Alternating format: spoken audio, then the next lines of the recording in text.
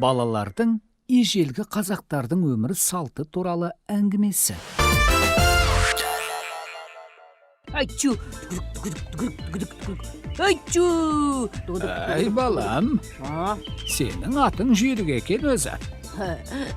Ғұмырлы бол балам. О, ата, ассалаумағалейкум. Уағалейкумассалам.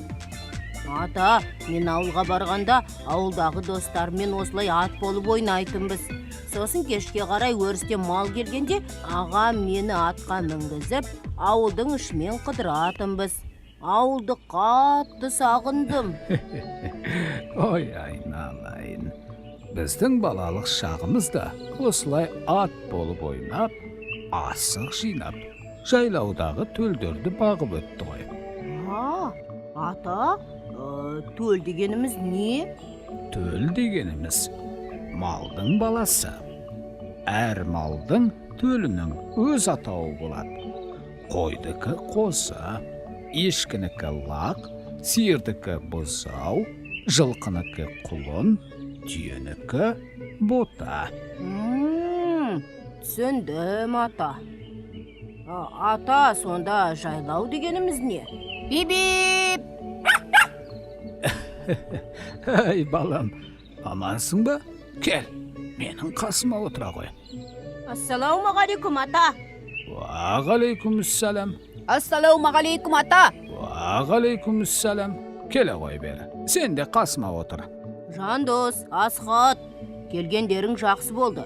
Маған ата қызықты әңгіме айтып жатқан. Енді сендер де тыңдайтын болдыңдар. О, ата, бізге де айтыңызшы. Иә, біз де тыңдағымыз келеді. Иә. Мен Қайсарға жайлау туралы айта бастап едім. Жайлау дегенді білесіңдер ме? Мен білем, ол ауылда бар ғой. Ал мен білмейм.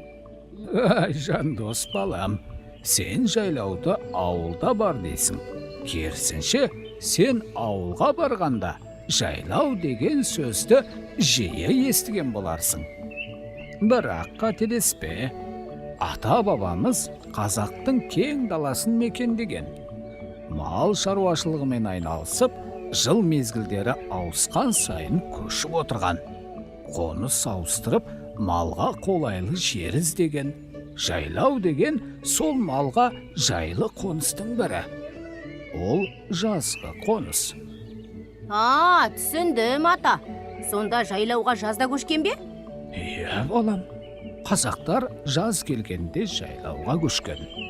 Ал күзде күзеуге, қыста қыстауға, көктемде көктеуге көшіп жүрген. Ата, біздің ата-бабаларымыз бұлай көшуді қайдан білген?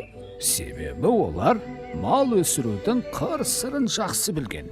Сондықтан малдың жақсы өсіп өнуі үшін өздерінің тұрмысын да соған бейімдеген. Ата, қыстауға барып көріп бедіңіз? Әрине балам, менің де әкелерім мезгіл сайын көшіп отырған. Біз мұның бәрін көрдік қой. Ой, менің жайлауға барғым келіп отыр.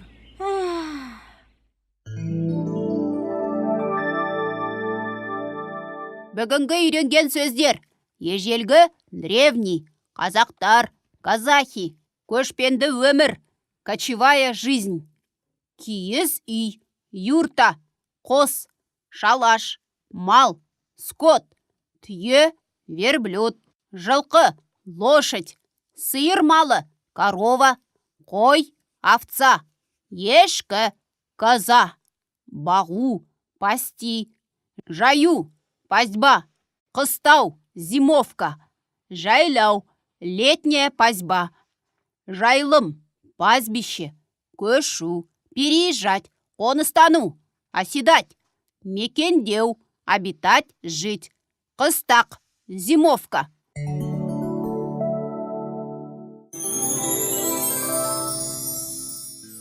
Балақайлар, қазыналы кітап деген мен болам.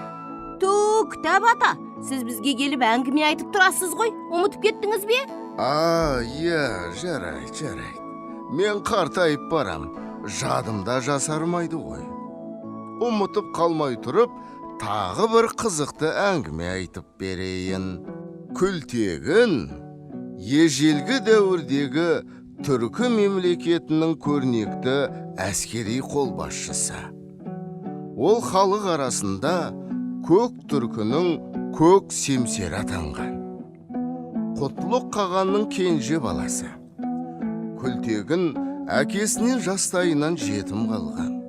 Оны ағасы қапаған қаған тәрбиелеген екен.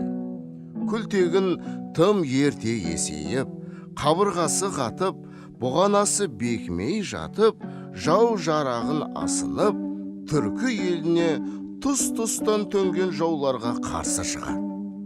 Күлтегін 10 жасында ер атанған.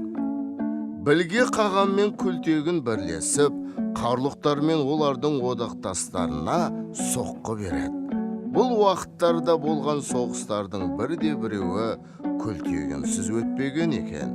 Тас жазуларда Күлтегін ерлігі жайлы 16 жасына келгенде 6 чуп соғырларға қарсы аттандық.